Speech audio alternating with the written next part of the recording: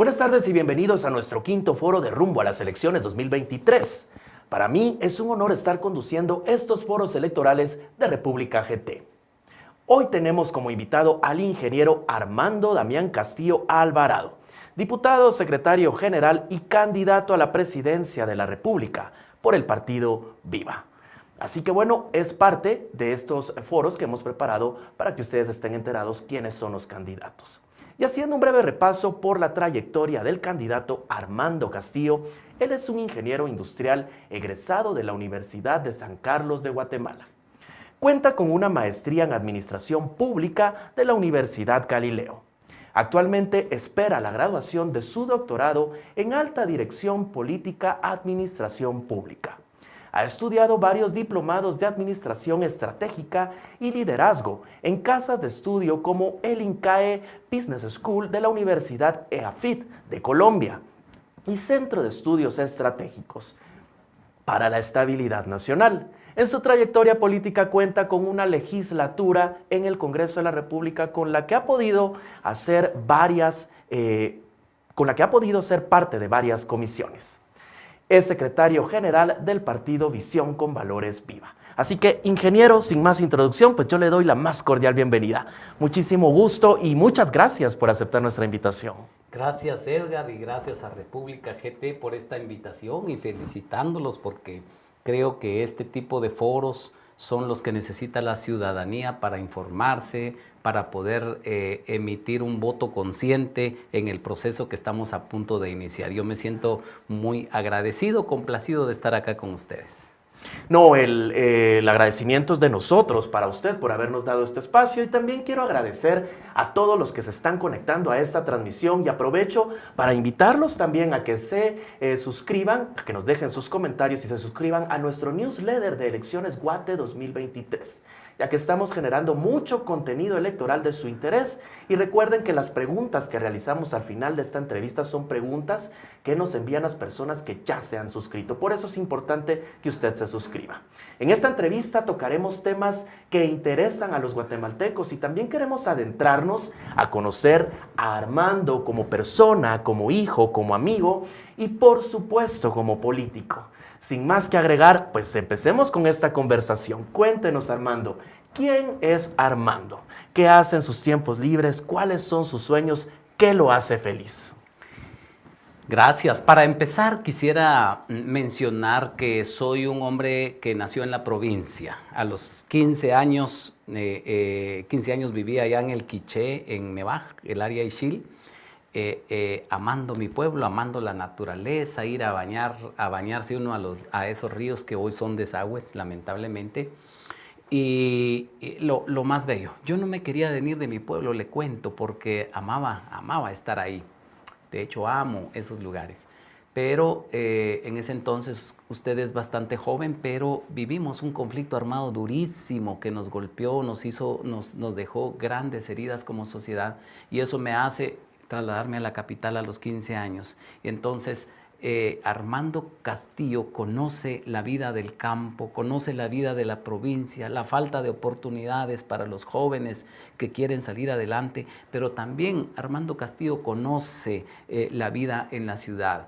No en la zona 14, no en la Cañada, no, la vida en las áreas, las colonias periféricas de la ciudad, en esos lugares en donde uno viene y tiene que madrugar a agarrar un poquito de agua para bañarse porque no hay agua. Soy ingeniero industrial, como ya bien usted lo dijo, tengo la dicha de formar un hogar con mi esposa Delmi, 3 hijos. Solo tuvimos 3 varones, no tuvimos una mujercita, pero de estos 3 varones tenemos 4 nietecitas, solo mujercitas. Y estoy enamoradísimo de mi familia. Eso. ¿Cómo conoció a su esposa? Conocí a mi esposa yendo a la iglesia. Cuando yo me vengo a los 15 años, empiezo a asistir a la iglesia. Para mí fue muy importante esa etapa de mi vida. La conocí en uno de esos transportes que se les llamaban ruleteros, no sé si es lo mismo que todavía se le conoce con ese nombre, ¿verdad? Son microbuses. Recuerdo que fue accidentalmente. Yo iba sentado y sube Delmi y cuando ella se sube el piloto pega un frenazo y ella se viene y me cae encima, ¿va? O sea que ella me cayó del cielo. Como de novela. Me cae encima y se puso toda nerviosa. Al ratito yo me paro, recuerdo muy bien porque le di el lugar a una persona, a una anciana que subió, le doy mi lugar y bueno, me quedé parado, ¿verdad? Y luego ella iba a bajar y cuando ya iba a bajar, viendo a quién le pagaba y me confundió seguramente y me quería pagar a mí, ¿verdad? Entonces le dije, no, usted no paga. Yo le pagué su pasaje y me bajé con ella. Así la conocí. Hemos llevado una vida maravillosa. Esa es una de las razones por las que estoy en política, le cuento, porque soy producto del pueblo. Conozco esa realidad, conozco esos momentos tan especiales que vivimos y que nos impulsan a aspirar a algo mejor. Ahora soy empresario, tenemos empresas familiares con mis hijos, pero por sobre todo le quiero decir que soy un enamorado de la vida, enamorado de mi familia, enamorado de mi esposa, enamorado de mis hijos, enamorado de mis nietas, pero enamorado también de la gente guatemalteca. La gente guatemalteca que se levanta de madrugada a trabajar sin importar las circunstancias, que llega en la tarde a veces con frustraciones por la situación, el tráfico que está horrible ahora, la falta de oportunidades, y se acuesta pensando en qué va a hacer mañana, cómo va a enfrentar el día de mañana nuevamente ante esta situación de falta de oportunidades. Entonces, soy un enamorado de la gente guatemalteca. Por supuesto, ya nos contó usted que tiene varias empresas. ¿De qué son estas empresas? Bueno, nosotros, mi hijo menor está a cargo de una fábrica de calzado. Los zapatos que cargo hoy me los hizo mi hijo. Yo en mi juventud intenté muchos emprendimientos. Uno de ellos fue la zapatería, precisamente, fabricar calzado. Y él lo retoma ahora y él es ahora el que está a cargo de una fábrica que afortunadamente hay una producción bastante amplia ya. Y mis otros dos hijos, junto con mi esposa, se encargan de lo que yo inicié en una empresa inmobiliaria. Nada que ver con contrataciones del Estado, le cuento. Nunca mi empresa ha contratado con el Estado, no somos contratistas del Estado, sino nos dedicamos a construir condominios, a urbanizar, a lotificaciones. En eso nos hemos movido y somos testigos de algo que está sucediendo en Guatemala, que es el déficit habitacional que hay. Es increíble cuando nosotros abrimos un proyecto y se ofrecen casitas, llega una cantidad de gente con la ilusión, pero no dan los recursos para lo que cuesta una casa o un terreno, ¿verdad? Entonces sí, estoy convencido de que se necesita una política amplia para poderle dar acceso a la vivienda a millones de guatemaltecos que tienen un salario, tienen un trabajo, pagan un alquiler y aspiran a tener una casita, ¿verdad? Yo creo que eso es primordial para mejorar el nivel de vida de los guatemaltecos.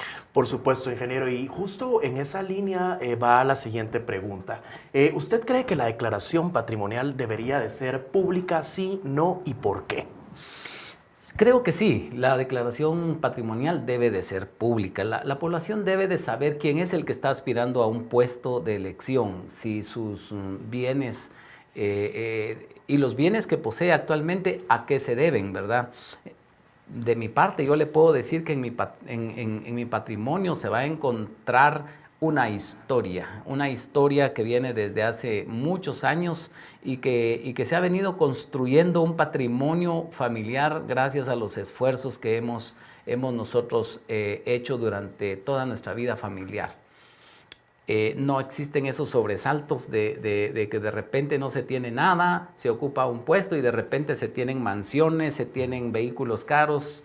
Creo que eso es fácil de visualizarlo en una declaración patrimonial. Por supuesto, ingeniero. Sin lugar a dudas, pues algo que usted nos mencionó y que es muy importante, yo creo que la transparencia, ¿no? Hay que actuar con transparencia para que los ciudadanos también tengan claro un poco acerca de quién es usted. Vamos a ir a nuestra siguiente pregunta y es que, bueno, también sabemos que usted en materia de ingeniero investigamos acerca de su trayectoria. Y sabemos perfectamente bien que usted fue director de la Unidad de Conservación Vial Covial. Entonces, en esa línea va nuestra siguiente pregunta. ¿Qué piensa del aumento de accidentes en la República? ¿Cómo ha visto esto? ¿Cómo afecta a Guatemala? Afecta enormemente. Quiero contarle que mi asistente venía el domingo de una actividad que tuvimos en Suchitepeques y viniendo después de la parte del redondel de Santa Lucía, hay un tremendo bache.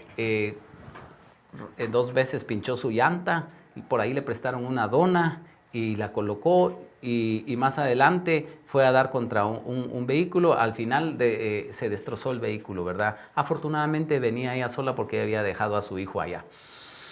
Las carreteras en mal estado, yo lo decía en Suchitepeques, generan tremendos retrocesos al desarrollo de nuestro país. Por ejemplo, tenemos esa carretera que ya tiene 15 años de estar en un problema de litigio judicial.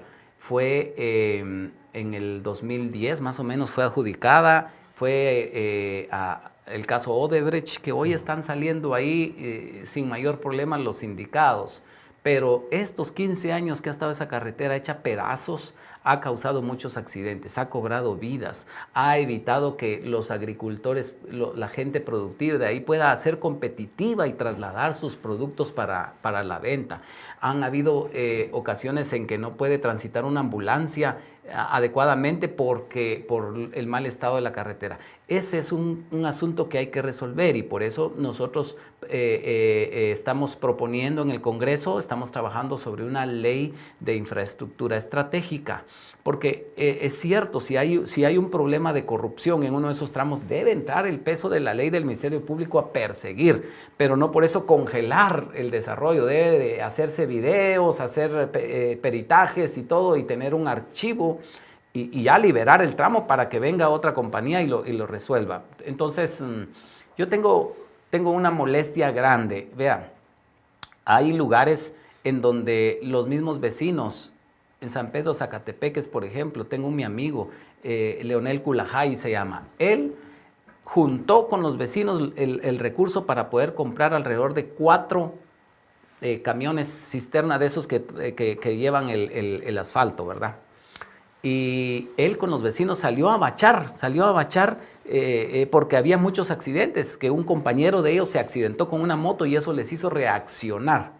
¿Qué le parece que después andaban amenazándolo de parte de la municipalidad y de las instituciones de gobierno de que se había metido a tocar un tramo que es público y que no tenía por qué hacerlo? Y entonces que lo iban a encauzar, le iban a poner una denuncia. De veras, esto no tiene nombre, no hacen nada, la gente se está muriendo en accidentes y cuando alguien tiene una iniciativa actúan de esta manera.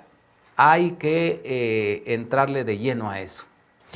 ¿Considera usted entonces que muchos de los accidentes son provocados por la situación de las carreteras? ¿Cómo calificaría usted la situación actual de nuestras carreteras?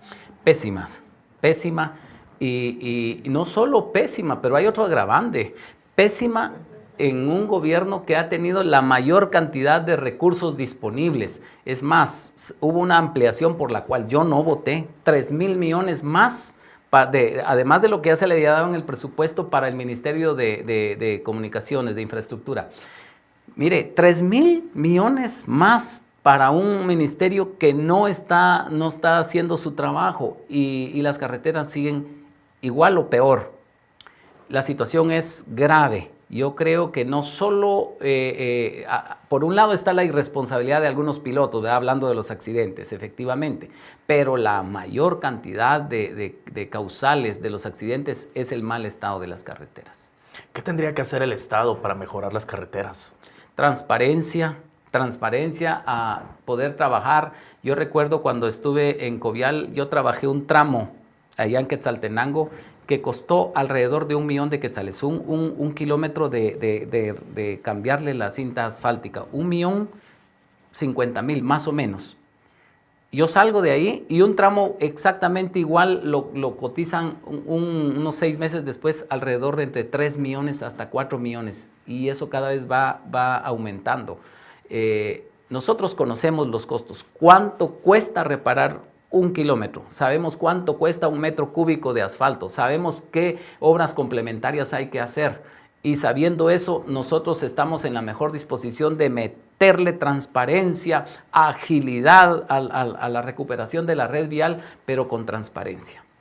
Por supuesto, ingeniero, sin lugar a dudas, pues la situación de las carreteras deja mucho que desear actualmente. Ingeniero, leyendo su hoja de vida me percaté que usted ha formado parte durante 3 años de la Comisión de Ambiente, Ecología y Recursos Naturales del Congreso de la República. ¿Qué piensa usted de las grandes agroindustrias que actualmente hay en el país?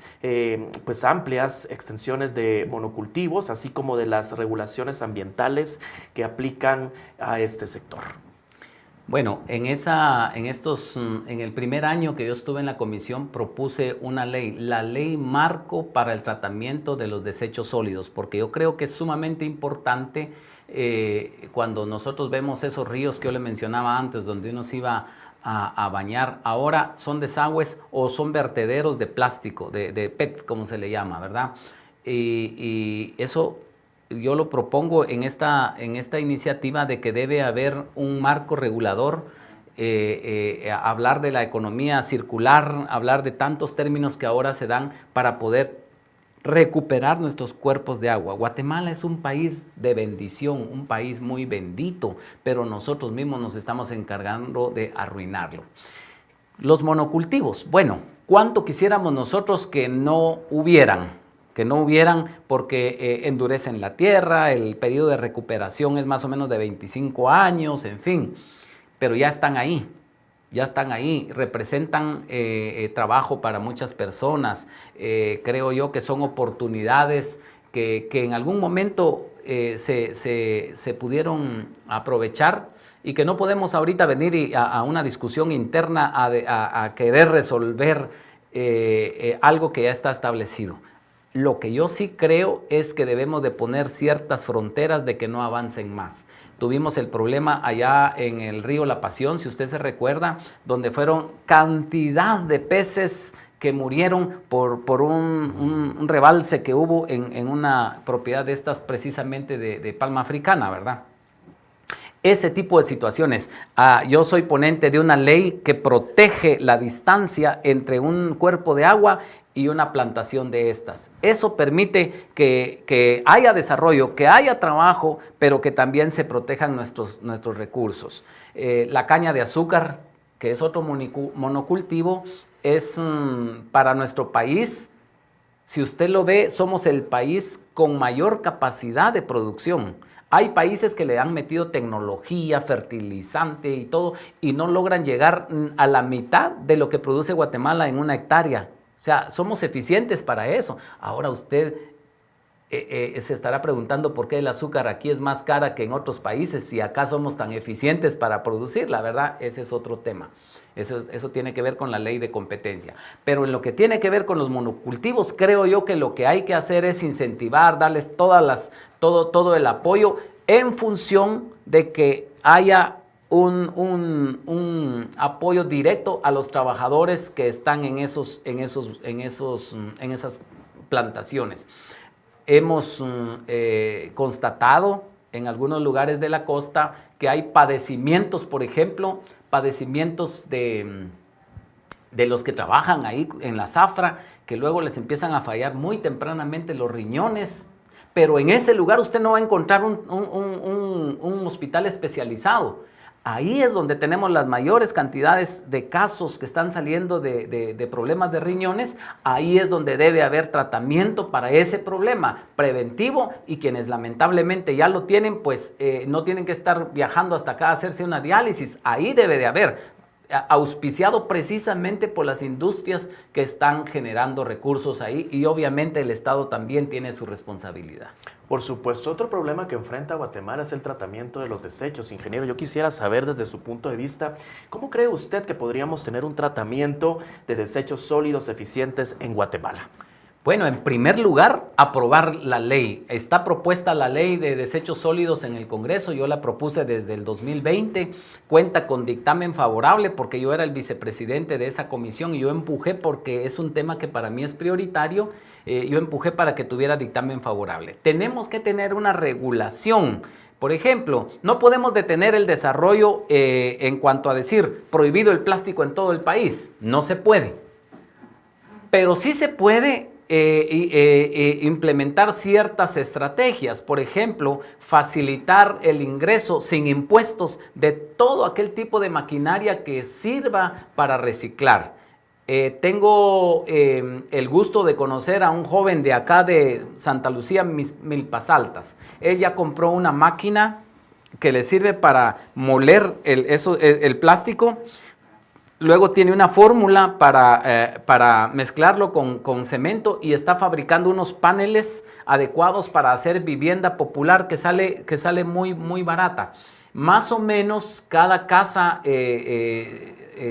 consume alrededor de 3 quintales. 3 quintales es algo muy, muy, muy voluminoso de este tipo de material. Pero ¿sabe cuál es el problema? Me decía él que la máquina que compró había una más eficiente, pero no la pudo traer. Tuvo que traer una pequeña porque no le alcanzaba para pagar los impuestos.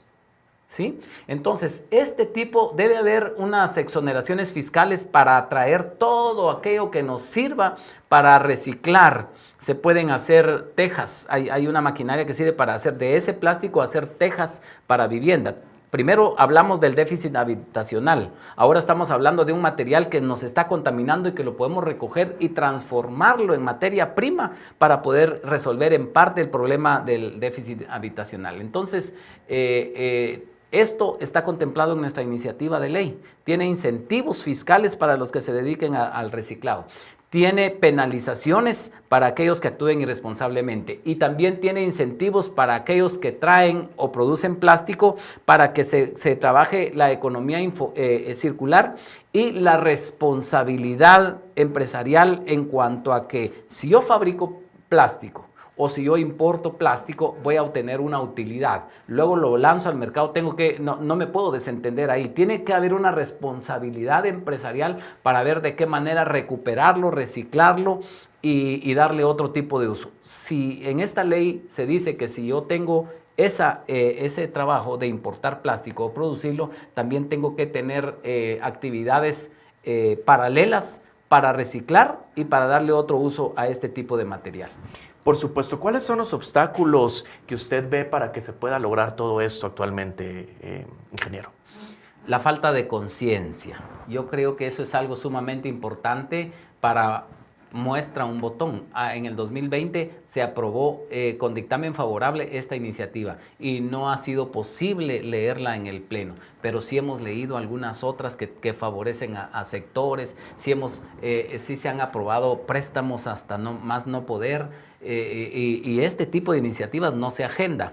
Pareciera ser que nos falta conciencia social y que los diputados mismos estén conscientes de la situación en la que estamos. No nos damos cuenta que vivimos en nuestra casa grande, que si la seguimos descuidando se nos puede arruinar.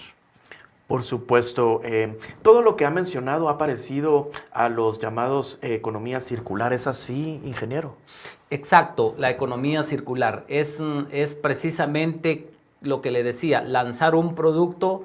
Yo puedo fabricar este producto de plástico, lo lanzo al mercado y luego me desentiendo, ¿no? La economía circular tiene que ver con este producto ya molido, puede servir para hacer paneles o se puede reutilizar para guardar otro tipo de producto y darle ciertos usos de tal manera que al final se recupere luego de una circulación y que no sea un producto de una sola vez y se fue. Y lo peor de todo, a nuestros ríos.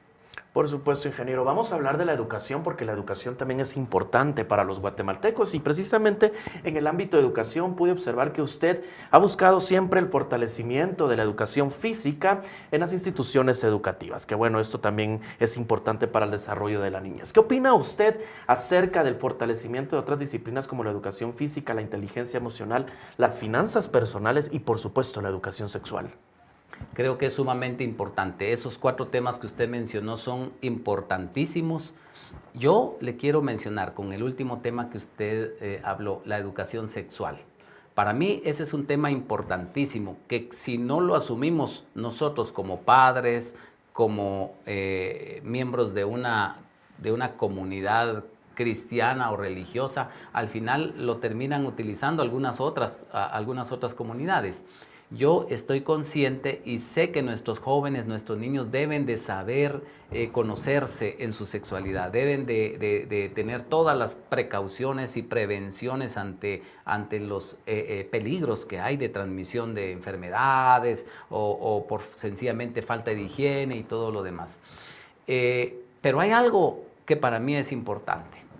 Número uno, darle el lugar a la educación en general, algo que nos está pasando. Después de 2 años de estar encerrados, más de 2 años de estar encerrados, los niños no estuvieron yendo a las clases. Y cuando de repente dice el ministerio, bueno, vamos a abrir con bombos y platillos, y cuando llegan los niños sin escritorios, hechos pedazos los escritorios, sin pizarrones, sin haberle dado mantenimiento a las escuelas, eso nos dice que la educación no es prioritaria para este gobierno y para muchos de los que han pasado, ¿verdad?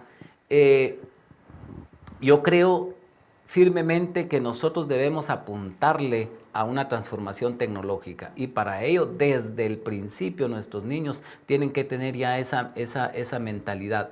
El cambio en el currículum, en el pensum de estudios es importantísimo. No es posible que nuestros niños puedan decir en dónde está el río Éufrates, en dónde está París y no sepan en dónde está Semuc Champey, que no sepan en dónde están las ruinas de Saculeu. En fin, tenemos que focalizarlos. Pero algo para mí prioritario es los tecnológicos. Tenemos que tener institutos tecnológicos en todo el país. En todo el país. ¿Por qué? Porque nuestros jóvenes, yo que estoy le digo en la construcción, a veces nos toca salir al interior y tenemos que llevar gente de la capital porque en el interior a veces cuesta conseguir mano de obra calificada. Necesitamos tener tecnológicos en cada departamento donde nuestros jóvenes puedan aprender carreras como de soldadura, como de carpintería y tener una profesión de la cual puedan vivir y que les abra también el espacio para poder ir a la universidad. Yo se lo digo con propiedad, ya que estudié en el Instituto Técnico Vocacional Inbrich Frischmann de la zona 13. Yo me gradué de mecánico, con eso ya pude sostener mis estudios, porque a la par me gradué ahí también de bachiller y eso me abrió muchas posibilidades. La educación enfocada en la tecnología, creo que eso es importantísimo. En el tema del inglés, eso hoy ya no debe de ser un lujo como es hasta ahora o un privilegio, no, eso ya debe de ser parte del pensum de estudios de cara a un mundo que lo requiere. Por supuesto. Ahora vamos a hablar de la salud, porque también la salud es otro de los temas que le preocupa a los guatemaltecos en el ámbito de salud, ingeniero. Pues habiendo pertenecido a la Comisión de Salud y Asistencia Social del Congreso de la República, ¿cuáles son los mayores obstáculos para poder tener servicios de salud adecuados en Guatemala? Muchas personas dicen que el mayor obstáculo para la salud de los guatemaltecos, para mejorar el esquema de salud, son los sindicatos. Fíjese que hablé con un ministro y yo lo cité y le dije, mire, ¿por qué no avanzamos en la salud? La excusa de él, los sindicatos. Pero yo he estado comunicándome con muchos sindicatos, especialmente los sindicatos de enfermeras, de enfermeros, de gente que en la pandemia nos demostró realmente que amaban su profesión, que no están ahí solamente por la necesidad económica, sino están ahí por una vocación de servicio. Yo creo que en el Ministerio de Salud hay un recurso humano muy valioso, gente que ama su trabajo, que ama el servicio a la gente, pero también hay algunos pícaros. Mire, la diputada Evelyn Morataya, mi compañera ahora, porque está con nosotros, ha puesto el dedo en la llaga. Mire esa vergüenza del caso de Chimaltenango, comprando más de 84 sillones para masajes. No había medicina. La gente afuera esperando porque no habían bancas adecuadas para que se sentaran a esperar. Pero adentro habían 84 sillones sobrevalorados. sobrevalorados de una manera increíble y vergonzosa. Y el delincuente que tenían ahí de director, cuando ella le pregunta, mire, ¿y por qué hicieron esto? No hay medicinas, no hay enfermeras, pero hay sillones para masajes. Y el delincuente, porque no puede decírsele médico, ojalá le quiten el título, no podría ser de otra manera. Lo que dice este personaje es, es que cuando vienen los pacientes y vienen muy estresados, entonces ahora vamos a tener donde darles un masaje. Qué mentira, qué cosa tan terrible. La salud está mal en Guatemala, el sistema de salud es uno de los peores, lo dejó demostrado la pandemia, a pesar de que se le metieron infinidad de recursos que debieron habernos dejado hospitales, si no de primera, al menos decentes para atender la demanda de la población. Hoy en día se está pasando una situación terrible, la gente que no tiene acceso al seguro social ya no sabe a dónde ir, llegan a los hospitales, no son atendidos y cuando son atendidos les dan una receta para que vayan a ver dónde compran la medicina porque no hay medicinas. Entonces ahí se requiere realmente poner un ministro que sea humano, poner un ministro realmente que haya padecido todo eso también y que se dé cuenta de esas grandes necesidades. Ahí hay que hacer una reingeniería. La población merece un sistema de salud que responda a las necesidades, a la realidad de la población que está en condiciones paupérrimas. ¿Y qué opinión le merece a usted pues las condiciones en las que actualmente están los centros de integración materno-infantil? Ese es un tema que llora sangre. Un tema que llora sangre. Tenemos las estadísticas, nos dan altos índices de la muerte materno-infantil. Esto quiere decir que en el parto muere la madre y muere el bebé por falta de atención o por lo menos de atención oportuna. Yo creo que ese es uno de los mayores problemas que tenemos. Un Estado que no se preocupa de sus pequeñitos es un Estado que no sabe para dónde va. Eso es. Y yo le quiero decir algo. Nosotros como partido Viva siempre hemos propugnado el hecho de defender la vida. Esto quiere decir en contra del aborto, a favor del no nacido, pelear los derechos del no nacido, que aunque no se puede defender, tiene derechos.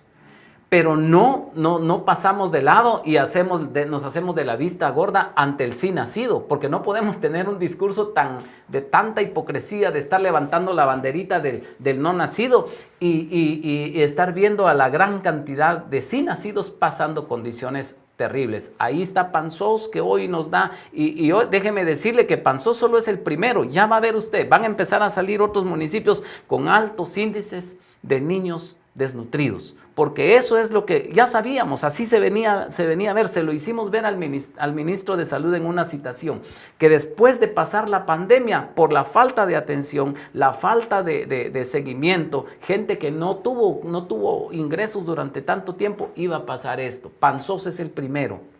Dios quisiera que yo estuviera equivocado y que Panzós no fuera el único, pero no es así. Lamentablemente tenemos los más altos índices de desnutrición crónica en un país que se dice país provida. País provida no es solamente de decirlo, no es de levantar la banderita blanca, no, país provida es ocuparse de los no nacidos, pero ocuparse de los sí nacidos, ocuparse de esas niñas que están por entrar a la edad de gestación. Y por esos matrimonios, mire, es tan fácil. Nosotros estamos proponiendo en nuestros planes una reforma al RENAP. El RENAP no debe de ser solamente una institución en donde se esté negociando con los DPI y las partidas de nacimiento. El RENAP debe de brindar la información a cada centro de salud. ¿Cuántos niños hay en ese centro de salud? ¿Cuántos jóvenes cumplieron 18 años? ¿Cuántas jovencitas están ya de 16 años en adelante? Ahí hay que enfocarse en esos jóvenes, porque esos jóvenes son van a ser los padres en 2 años.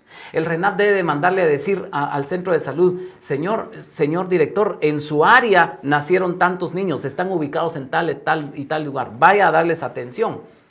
Tenemos que lograr hacer un sistema de información que permita a los, en este caso, a un director de un centro de salud que el RENAP le informó de los niños, y si después resulta que un niño de esos que le informaron a él está desnutrido, deben haber consecuencias penales para ese director que está ganando un sueldo, que tiene ocupado un puesto que lo podría ocupar alguien con más altruismo, con más sentido humano, pero que no hizo nada. Eso es parte de lo que nosotros estamos proponiendo en nuestro plan de gobierno.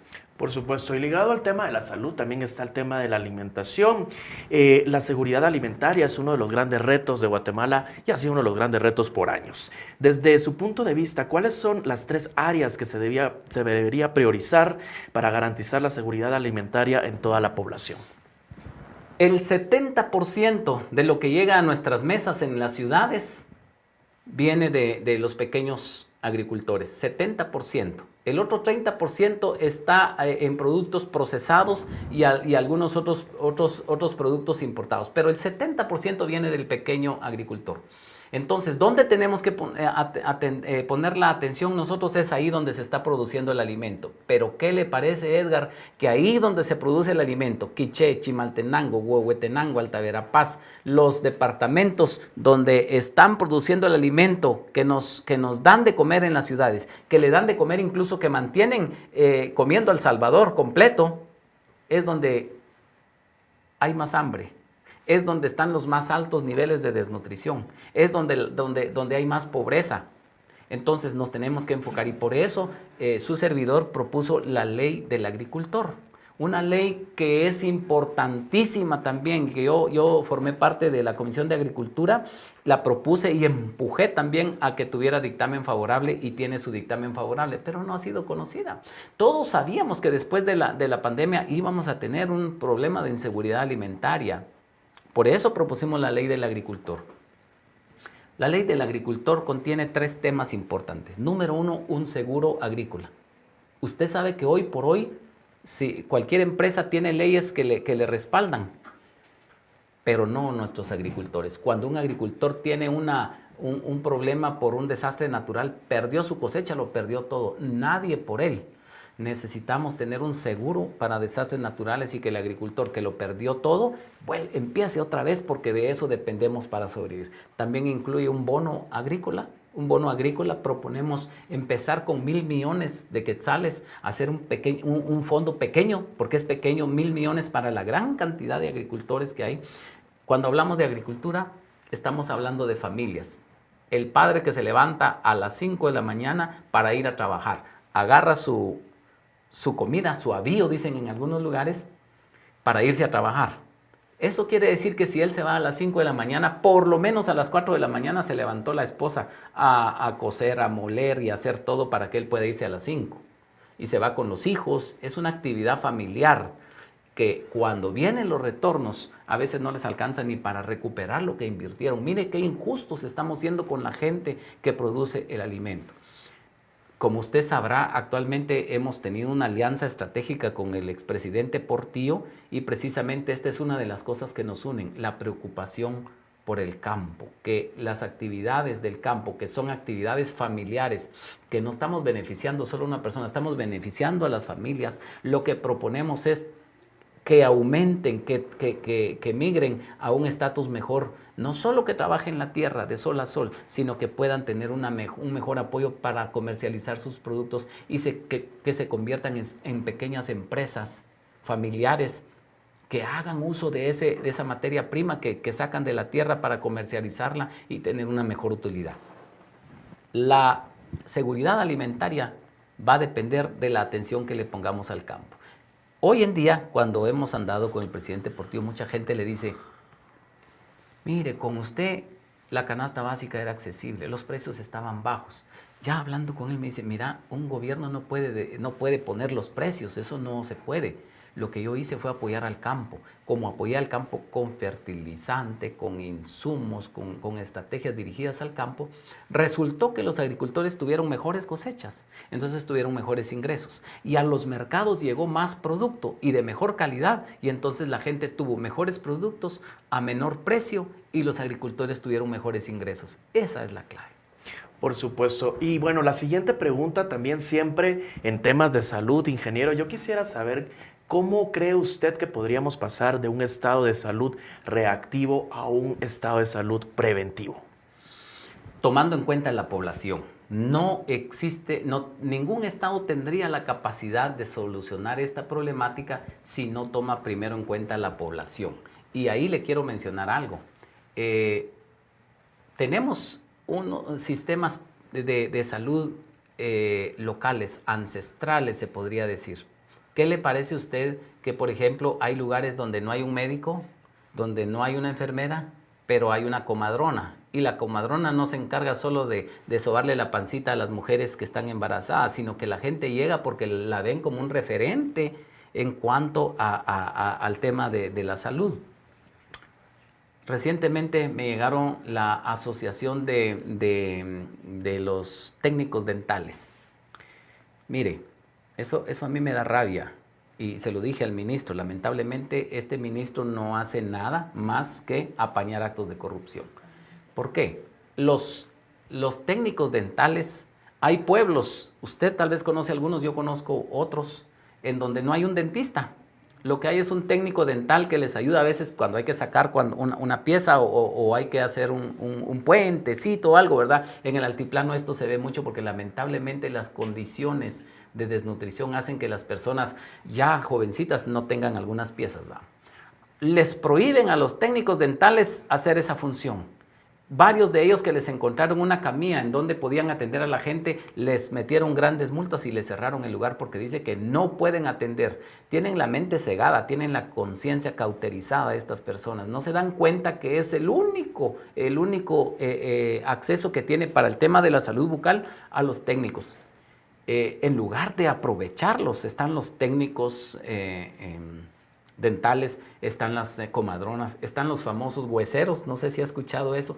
Hay una serie de lugares en donde debe el Estado ir, empoderarlos, capacitarlos, subirlos de nivel y darles toda la preparación adecuada para que hagan una mejor función. A la par, por supuesto, que no estoy diciendo que ahí con eso resolvamos el problema de salud, pero entender que no se tiene la capacidad y que a veces la gente tiene más confianza en estas personas que en un médico. A la par de eso, fortalecer la salud primaria. Nosotros, por ejemplo, estamos proponiendo, solo tenemos 2 hospitales de referencia, el Roosevelt y el San Juan de Dios, y están localizados en la región número 1. Nuestro país está compuesto por 8 regiones. Los 2 hospitales grandes de referencia están en la región 1. Debe haber un hospital de referencia en cada región del país. Por lo menos deben de construirse, y esa es parte de nuestra propuesta, 7 hospitales de referencia más de la calidad del San Juan de Dios, de la calidad o del tamaño. Calidad no hay mucha ahí, pero del tamaño del San Juan de Dios y del Roosevelt debe haber en las otras 7 regiones para poder atender a toda la población que hay. Y se puede hacer. Le cuento que hay intención de donaciones, hay donantes de la comunidad internacional que han querido apoyar, pero se topan con que no los dejan si antes no dan una mordida. Y eso no lo digo yo por primera vez, eso es Vox Populi, lo que pasa en nuestro país, lamentablemente. Ingeniero, ya con esta pregunta pues terminamos nuestra entrevista, pero damos paso a las preguntas del público. Aquí lo importante es recordarle que usted se suscriba a República, que nos dé seguir para hacernos llegar sus preguntas y también de esa manera nosotros poderlas trasladar a nuestros próximos invitados. La primera pregunta pues la hace el usuario Jaime Z. Él pregunta: ¿qué cambios cree usted que se podrían hacer para mejorar el tema de la seguridad en Guatemala? El tema de la seguridad en Guatemala es un tema que lo debemos de tratar de manera integral. Le quiero decir algo.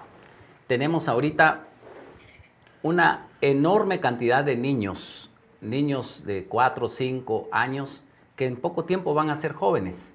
A la vez tenemos una enorme cantidad de jóvenes. Muchos ahorita están queriendo emular o agarrar el discurso del presidente salvadoreño Nayib Bukele y de decir vamos a construir las más grandes cárceles. Y no me cabe la menor duda que hay que ser duro con la delincuencia, erradicar el problema de las maras con gallardía, con fuerza, con el cumplimiento de la ley. Pero antes de eso yo preferiría darle oportunidad a esos niños que van a ser jóvenes, a esos jóvenes que no han tenido oportunidad, crear tecnológicos, darles la oportunidad de desarrollarse, generar empleo en nuestro país. Nosotros estamos proponiendo lo que le hemos llamado la revolución del trabajo para darle oportunidades a todos estos jóvenes para que no sean presa de las maras, presa del crimen organizado o se tengan que ir a los Estados Unidos a buscar las oportunidades que aquí no les damos.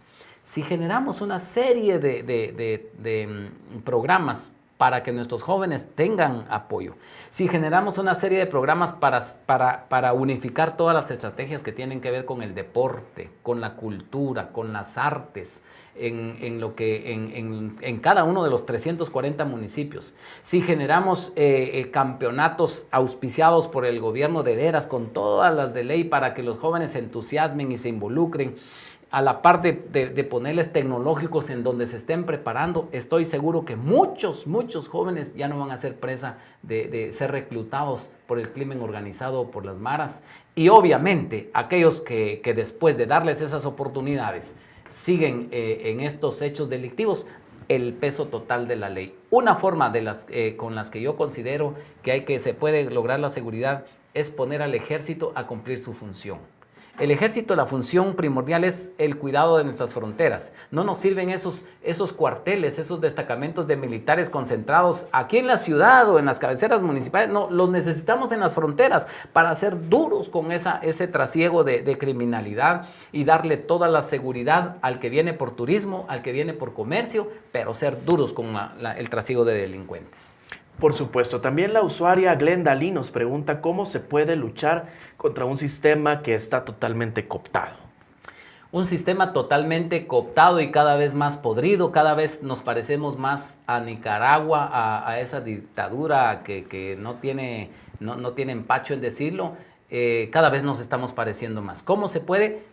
Participando. Ahora viene la oportunidad en este proceso que viene de hacer una decisión responsable, de poder elegir a las mejores personas, y yo estoy seguro que ante una situación, nuestro partido se llama Visión con Valores. Tener visión es no conformarse a ver la realidad actual. Tener visión es trasladarse al futuro con optimismo, con fe. Y ahí es donde yo creo que esa última palabrita que le dije es importante, la fe. Porque cuando se pierde la fe, se perdió todo. Ya no hay más que hacer. Cuando hay fe, yo estoy seguro de que podemos recuperar nuestro país si todos nos unimos, si nos unimos en un solo ideal, el ideal de recuperar este país para nuestras familias, para nuestros hijos, para nuestros nietos. Por supuesto. Y la última pregunta la hace Fernando Calvillo. Él nos pregunta, ¿cómo cree usted que se pueden generar más empleos en Guatemala? De muchas maneras. Número uno, preparando a nuestros jóvenes con tecnológicos, con centros de idiomas donde se puedan estudiar, porque no sé si usted sabe que hay unos call centers que han venido y no han podido operar y se van porque no existe, digamos, las personas adecuadas, preparadas para ello. Número dos, generando una apertura para que vengan. Yo digo algo, yo no quisiera seguir viendo a nuestros jóvenes desfilando a buscar a las fábricas allá en Estados Unidos. Yo quisiera ver a las fábricas de Estados Unidos desfilando a venir a sentarse aquí para darle empleo aquí en Guatemala a nuestros jóvenes. ¿Y cómo se logra eso? Que tengan la certeza los inversionistas de que no se les va a pedir un soborno, de que no se van a enfrentar a esquemas de corrupción en donde sale muy caro poder producir en Guatemala e instalarse. Dando esas oportunidades, generando exenciones fiscales a las fábricas que puedan venir y no se vengan a instalar a Villanueva, a Guatemala, que se vayan a instalar a los lugares lejanos para desconcentrar un poco esta ciudad. Hay muchas cosas con las que se puede hacer, pero lo primero le voy a decir algo. ¿Cómo se puede lograr este objetivo? Cuando la cabeza está bien, todo el cuerpo está bien. Cuando la cabeza está mal, todo el cuerpo está mal. Y nosotros nos proponemos desde la primera magistratura dar el ejemplo de austeridad, de desvelo, de darle con ganas, con pasión, con hambre a recuperar nuestro bello país. Por supuesto, ingeniero Armando Castillo estuvo platicando con nosotros y con esto concluimos este espacio. Yo le agradezco de parte de todo el equipo de República haber aceptado nuestra invitación. Para nosotros es muy importante el que usted haya estado con nosotros. Esperamos contar con su presencia en una próxima ocasión. En este momento le cedo la palabra para que usted nos dé algún último mensaje o algunas palabras de reflexión que le quiera dejar a los guatemaltecos. Quisiera decirles que Guatemala solo tenemos una. Este es nuestro país, nos pertenece. No importa la situación, sí importa, pero partiendo de la situación que ahora estamos, debemos de trasladarnos a ese ideal que queremos nosotros como país. Se puede, si no perdemos la fe, si trabajamos día a día por recuperar este país que pareciera que se nos cae a pedazos o pareciera que nos lo están robando y ya no lo vamos a poder recuperar. La única manera de hacerlo es participando. Si hubiera otro camino para poder acceder al poder, hacer los cambios, que no fuera el político, seguramente yo no estuviera en el tema político. Si fuera a través de una asociación, si fuera a través de una cooperativa, no. La ley dice que el único camino es el político y por eso estamos en esto. Yo le hago un llamado a la población guatemalteca. Nuestro país vale mucho para dejarlo perder. La gran mayoría de los guatemaltecos somos gente de fe, gente de bien y nos tenemos que unir para rescatar nuestro país. Por supuesto, ingeniero, así es, totalmente de acuerdo con usted y muy bien, gracias a usted por acompañarnos este miércoles. Lo esperamos el día de mañana a la misma hora y recuerde también seguir nuestras redes sociales. Nuestro siguiente invitado es el licenciado Ricardo Sagastume, así que suscríbase y síganos en todas nuestras plataformas porque es importante que usted lo haga. Nos encuentra como República GT, mi nombre es Edgar Quiñones y recuerde que para elegir por Guatemala, elija República. Hasta mañana.